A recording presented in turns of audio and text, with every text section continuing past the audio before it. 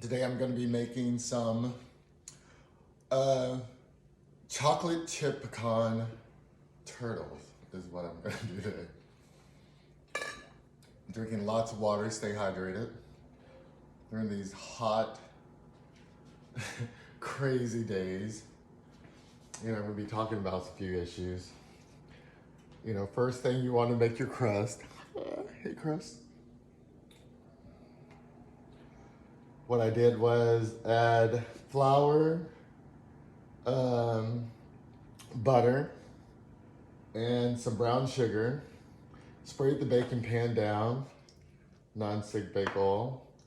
And what I did on this one, I had some graham crackers, 3 squares of graham crackers crushed into this crust to see if it gives a nice crunchy taste.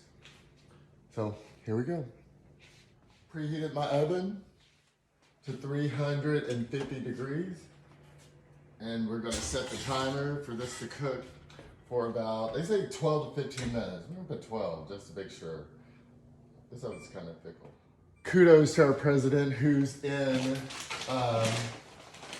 Saudi Arabia discussing commerce. And we were kind of happy about that because we need these things to happen.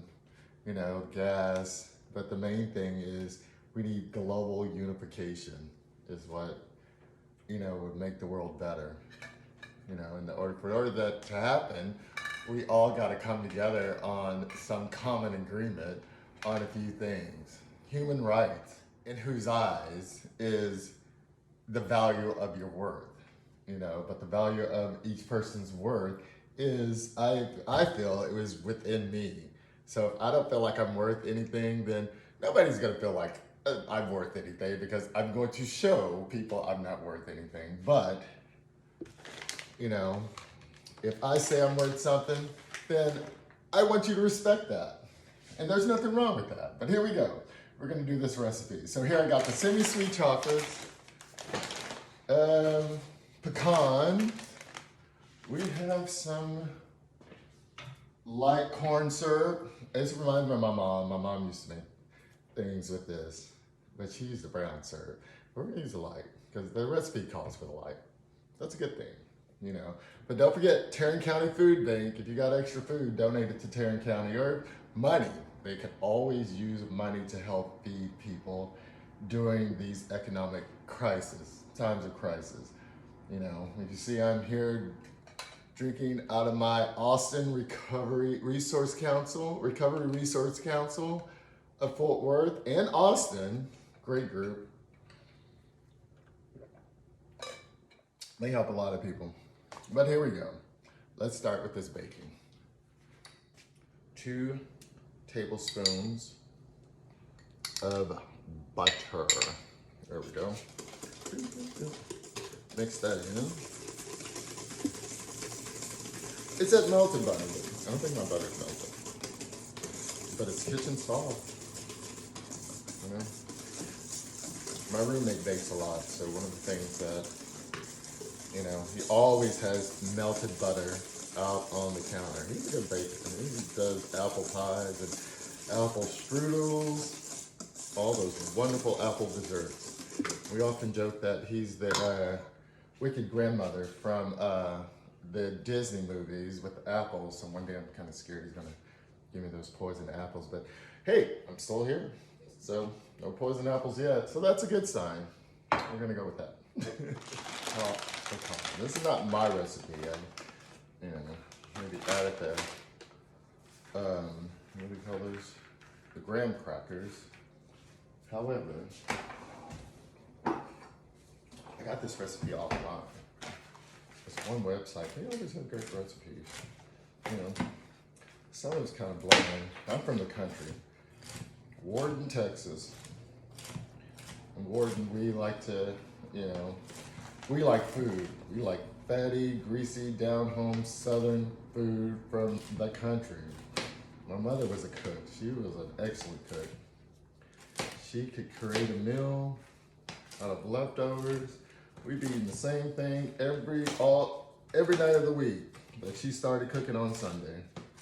So that was some good cooking. What's the topic? Human rights. many cultures and like define human rights based on their beliefs, their morals, and their values. You know, one of the things I don't feel that we as a country, we have the right to tell another sovereign to practice our beliefs, because I don't feel that it's the same that they should force their beliefs upon our country.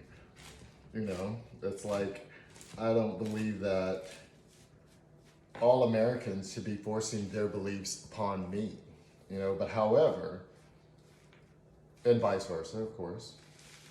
What I do believe is that respect and kindness towards other people's beliefs is key. You know, I have learned a lot from my coworkers who are Islamic. You know, there's many similarities and there's many differences, but I would never presume to tell them what was right or wrong, because that's crazy. I believe that God has a purpose for everybody, and God has, well, God's will is sovereign over man, and there is no need for me to fight you on your moral values when we all will be judged by God. Let's see, how many is that? Is that 1/4? Okay, that's not enough for lunch. I'm gonna add some more pecans. But respect. You know, the world has just gone so crazy. Some days, not every day. Some days the world is absolutely amazing, but you know, some days we all get a little crazy, and we are ready to fight a fight that has already been fought many times over, and the outcome has always been the same: crazy. But oh well. We're going to focus on these pecan turtle squares, I guess. Let's see, how's that crust looking? Wow. I'm so proud of myself. I'm usually very intimidated making crust. You know, I had this one neighbor who, she just gets home and she would whip up this crust, and I was just like, oh, you know, and do it all by hand. Very impressive. Okay, let's see. Okay. Voila, I think that's enough. That's 1/4. Okay. Seal this back up. My roommate's gonna be home. He's like, what happened to all of the pecans? I'm just like, whoa, look what I made. I made these pecan things just for you. So, we like to watch Doctor Who. I love Doctor Who. So, having a dessert to watch Doctor Who, you know, it's lovely. But here we go. Let's see. Okay, so it says fold this in and then fold in the talking mussels. However, I love coconuts, and we have all these coconuts up in the cabinet. Let's see, and we're gonna open one. It's probably gonna kill me for opening one. No, I like it fun. So here we go. We're gonna add folded coconut in there as well. Okay, all of this has been whisked up. There's my batter. Okay, we're gonna fold the pecans in there, and we're gonna fold the chocolate morsels in there as well. With the spatula. Voila. Okay. Do that. I always get nervous towards the end of the recipe. I'm like, am I doing this right? One time I was making these this amazing pound cake that I made many times before, and as I was finishing it, getting towards the end, I was cracking the eggs and I was just like, oh, such a great recipe and all of this was going on and it had lemon zest, orange zest in there and everything, and stupid me, well not stupid me, but well, I guess it was kind of idiotic of me, dropped eggshells into the batter at the very last moment. I was like wow. I was so disappointed.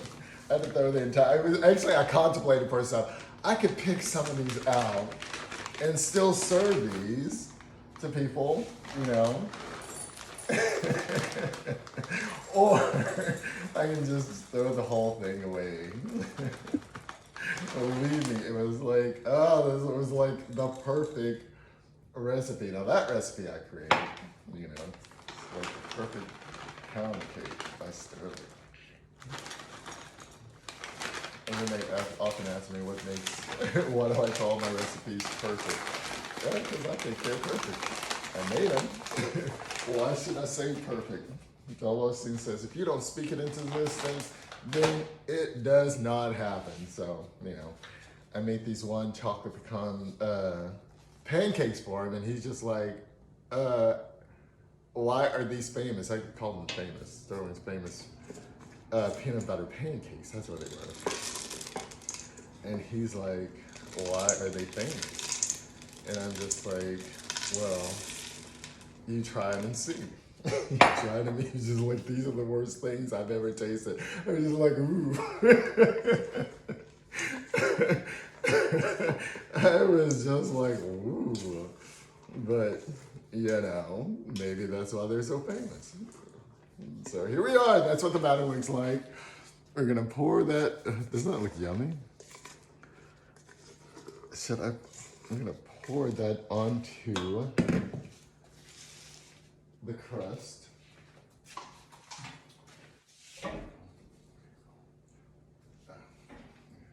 That's nice and cool. And then we're going to pop these babies into the oven. So here we go.